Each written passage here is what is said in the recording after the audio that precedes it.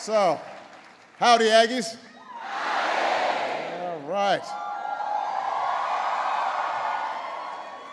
It is an honor to be here with all of you today at this outstanding university.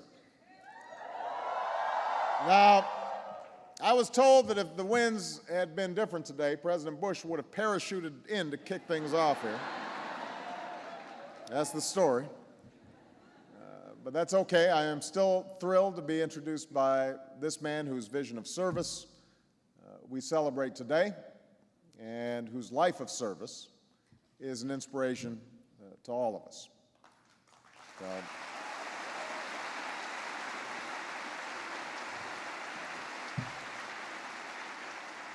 And much to his likely embarrassment, I'm going to talk a little more about the singular nature and impact of that service in a minute. But before I do, I'd like to recognize several other people joining us today, starting with President Bush's extraordinary wife, Mrs. Barbara Bush, who's...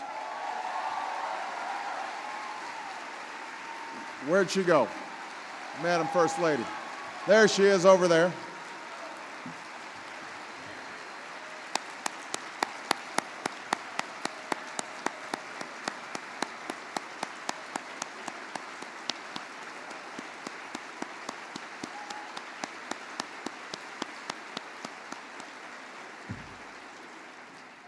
As we all know, Mrs. Bush has an impressive record of service herself, particularly her tremendous work to promote family literacy across this country. And so we are very, very grateful for everything that she's done on behalf of our nation. We have our Secretary of Defense here, Secretary Bob Gates, who I think you know a little bit about. He has served for 4 decades under 8 presidents with integrity, with candor, with an undying commitment to keep this nation safe. And I know how much he loved his time as president here at A&M, which is why he was relieved to hear about this week's game is out at Kansas State. I didn't want him sneaking away to relive his glory days, leading Yale practice, never returning to Washington. But I can tell you, and I want everybody to understand this, although it is an enormous sacrifice for him to have left this institution, he could not be doing a better job on our behalf. And I want you all to know that I'm very proud to have him as our Secretary of Defense. I want to acknowledge former Secretary of State Jim Baker, who served this country for decades as a trusted advisor to presidents, more importantly, as a statesman.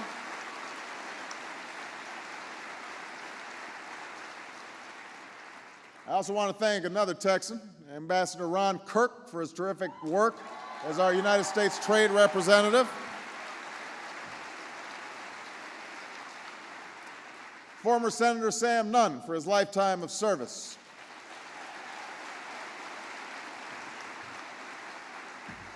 I want to mention particularly Senator Nunn's visionary work on nuclear nonproliferation. And we have 2 outstanding members of Congress who are here with us today, Chet Edwards and Sheila Jackson Lee. So, where's Chet? Chet's over there.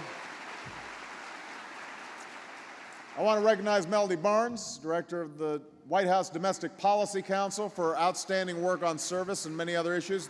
Stand up, Melody.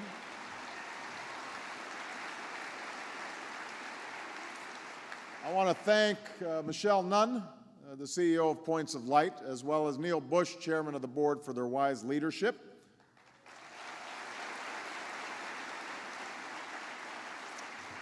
I want to congratulate Mallory Myers, today's Daily Point of Light Award winner, and commend her for her tireless work to pulling together the big event, which I know is no easy task.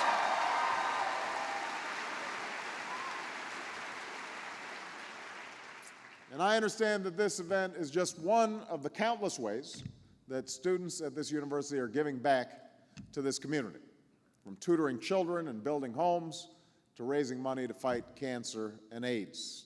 to continuing A&M's proud tradition of military service.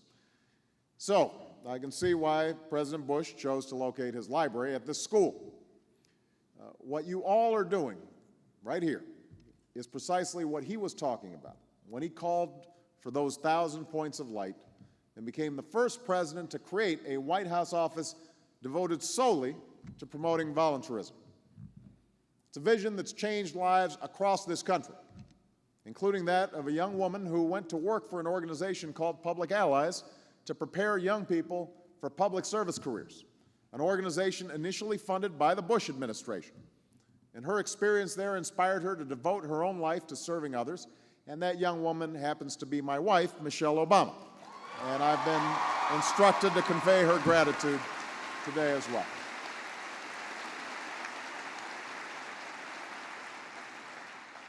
But here's the thing. George Bush isn't just a president who promoted the ethic of service long before it was fashionable. He's a citizen whose life has embodied that ethic.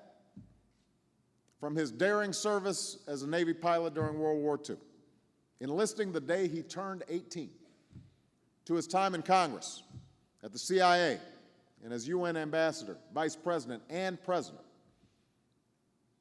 he easily could have chosen a life of comfort and privilege. And instead, time and again, when offered a chance to serve, he seized it.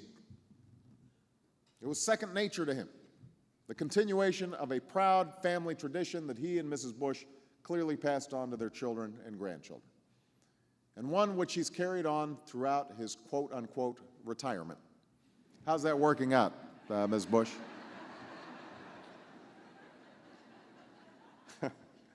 Spends it working tirelessly to help others, without fanfare or any expectation or desire for recognition. Though I do recall one endeavor of his that actually drew quite a bit of attention. That was back in 2005. And some of you may remember this. He and President Clinton had agreed to come together to raise money for the nations devastated by the tsunami that killed nearly 230,000 people in Asia. And that partnership between these two presidents would continue in the wake of Hurricane Katrina. At first, longtime friends and aides to both of them were suspicious. Let's tell the truth now. They were convinced that the other guy was using their guy to burnish his own reputation. That's how staffers are. But then, when one operative expressed his concern to President Clinton, the president sharply rebuked him, replying, "This is much more important than politics." This is much more important than politics. That's the conviction that drew these two outstanding leaders, once fierce adversaries, to join forces. The belief that there's some things that are beyond politics, that there's no place for partisanship when a great American city is underwater, that the R or D next to your name is irrelevant when nations in crisis need the world's help, that certain moments call on us to stop the back and forth and the bickering, to forget the old rivalries, and embrace a common purpose that is bigger than our differences.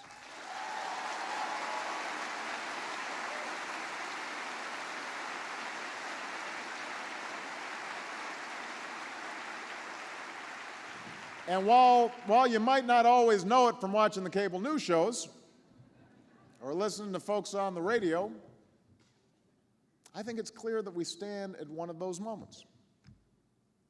We're seeing turmoil in our economy that's left many people wondering whether their kids will have the same opportunities that they had to pursue their dreams. We face threats to our health, our climate, and of course our security that have left many of our young people wondering what kind of future they'll be leaving for their own kids. And if anyone here thinks that our government has all the solutions, President Bush and I will be the first to tell you that you'll be sorely disappointed. Government can build the best schools with the best teachers, but we can't run the PTA or chaperone those field trips or mentor those kids after school or have them sit down and do their homework at night. We can pass the most comprehensive health reform bill, but Congress can't be on the ground in our communities caring for the sick and helping people lead healthier lives.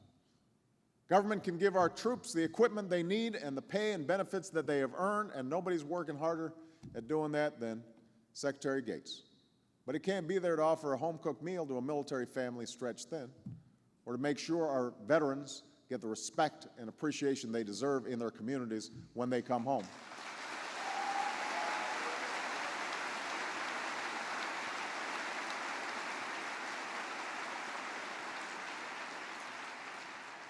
In the end, when it comes to the challenges we face, the need for action always exceeds the limits of government.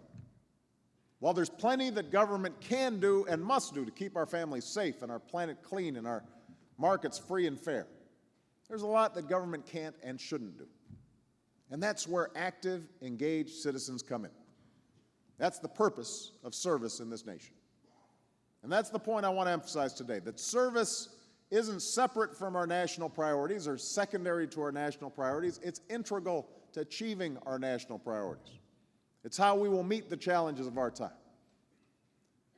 To this day, despite all the evidence to the contrary, there's still folks with this notion out there that, well, service is nice, but it's not really essential. It's something you do once in a while to fulfill a requirement or to fulfill yourself, or for a year or two after college to put off getting a real job.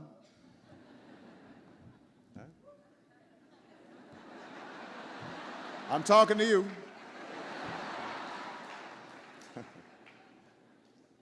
The notion that the real work of change in this country is done by people with fancy titles and big offices out of Washington, D.C.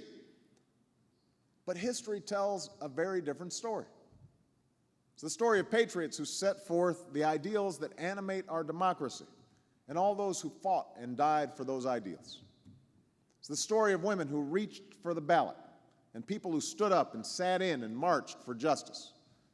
The story of firefighters and police officers who rushed to those burning towers, and ordinary people who rushed to the aid of a flooded American city. That's always been the story of this nation. The story of those who stepped forward in our darkest hours to serve it. Those who rose to answer the defining questions of their time. Colony or country? Free or half free? Separate but equal, or truly equal? Those folks weren't in it for the money. Those folks were volunteers. Their service wasn't extra. It was the work that changed this country. The courage, the patriotism, the compassion that drove them to act are the same qualities we need today as we seek to answer the questions of our own time. Will we continue to be a land of opportunity where all things are still possible for all people, or a place where those born without advantages of wealth, health, and good luck have the deck stacked against them? Will we engage with the world to confront our shared threats, or hope against hope to defer them to the next administration, the next generation? The answer to these questions lie in large part with all of you, the young people especially who are here today. And that's why I feel so optimistic about our future, because you all are the most engaged, service-minded generation since the 1930s and 40s, serving your communities in record numbers. Last year, applications to City Year tripled, and the Peace Corps had 3 applicants for every position. AmeriCorps applications were up 400% in just the first 4 months of this year alone. Having come of age in serious times, y'all don't have a lot of patience for pettiness and bickering and the worn divisions of the past. Rather than arguing about whether or how we should do something, you'd rather just go out there and get it done. As president, it's my mission to put that passion and commitment to work, to build on the efforts of President Bush, Clinton, George W. Bush, and others to engage not just young people, but people of all ages and walks of life to serve their communities. That's why I was proud to sign the Edward M. Kennedy Serve America Act, expanding AmeriCorps and Senior Corps, other programs that give people a chance to give back. That's why we've created a new Community Innovation Fund to seek out the most creative, effective nonprofit organizations in America, ones that could be the next Harlem Children's Zone or Teach for America, and replicate their efforts all across this country. That's why this summer we launched United We Serve, a nationwide effort calling on all Americans to make service part of their daily lives.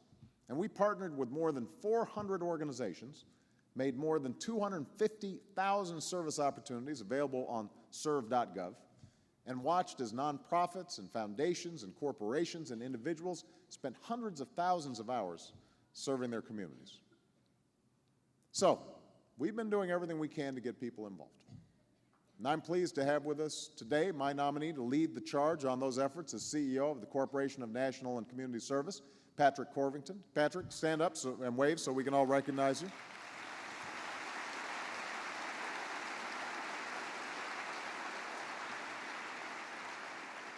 But I also want to be honest with you.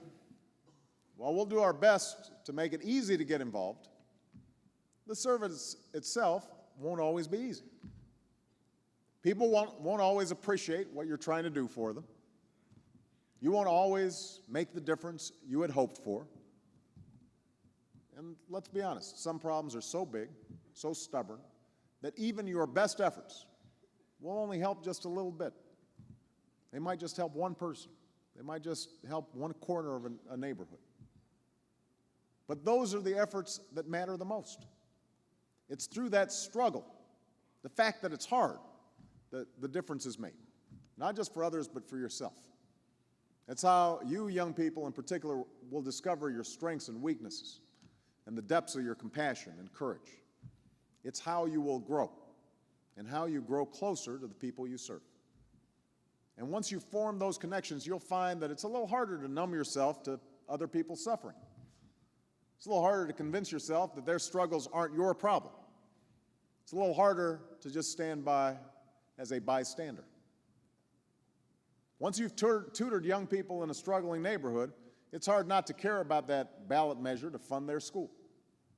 Once you've volunteered at a food bank, it's hard not to care about poverty and unemployment.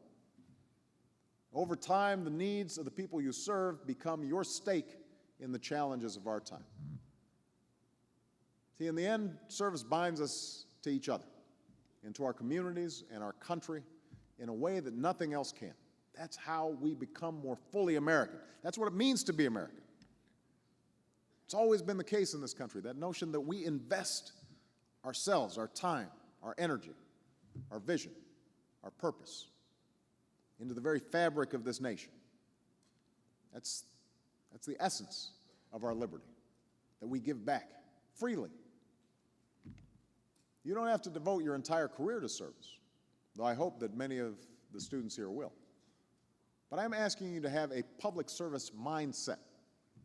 I'm asking that no matter where you live or what job you do or what obstacles you face, you're always looking for ways to make service part of your life. Whether it's through your workplace, your house of worship, or your local school. Whether it's in your own neighborhood or another where the need is greater. Whether you offer some special skill or just an extra set of hands and a sympathetic ear. I know you're busy. I know that sometimes, even if you don't like to admit it, service can feel a bit like a chore. But if Mallory Myers can repeat last year's success and get more than 12,000 students to perform more than 100, let me try that again, 1,200. It's so much, it boggles the mind. Mallory, 12,000 students and 1,200 service activities in this community. If Mallory can do that, then surely you can round up a few friends to volunteer in your community too. That's right. I got an amen back here. If President Bush could fly 58 combat missions when he was younger than many of you here today, and keep on fighting even after he was shot down and nearly captured by the enemy, then surely you can keep going when your service project gets a little tough. Don't you think?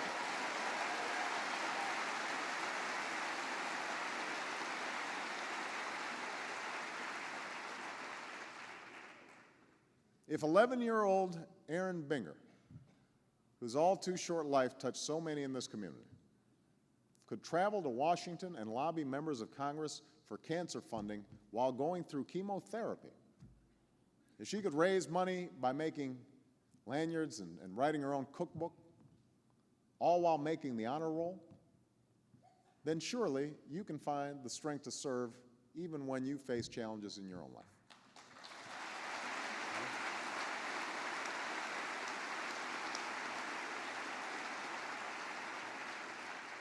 And that ultimately is the idea at the heart of President Bush's vision, that each of us has a role to play and all of us have something to contribute. He didn't call for one blinding light shining from Washington.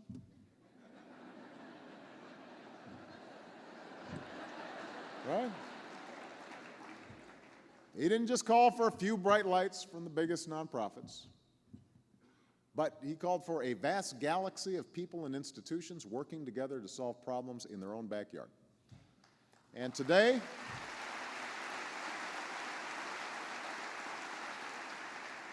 20 years later, think for a minute about the impact that he's had. Think of the thousands of people and organizations who've been named points of light, the countless others he inspired to do their part. Think of all the people they touched and the lives they changed, and all those who were helped who went on to help others. That's the extraordinary ripple effect that one life lived humbly, with love for one's country, and in service to one's fellow citizens can have. May we each strive to make that kind of difference with our own lives. Thank you, President Bush. Thank you, Texas A&M. God bless you. God bless the United States of America.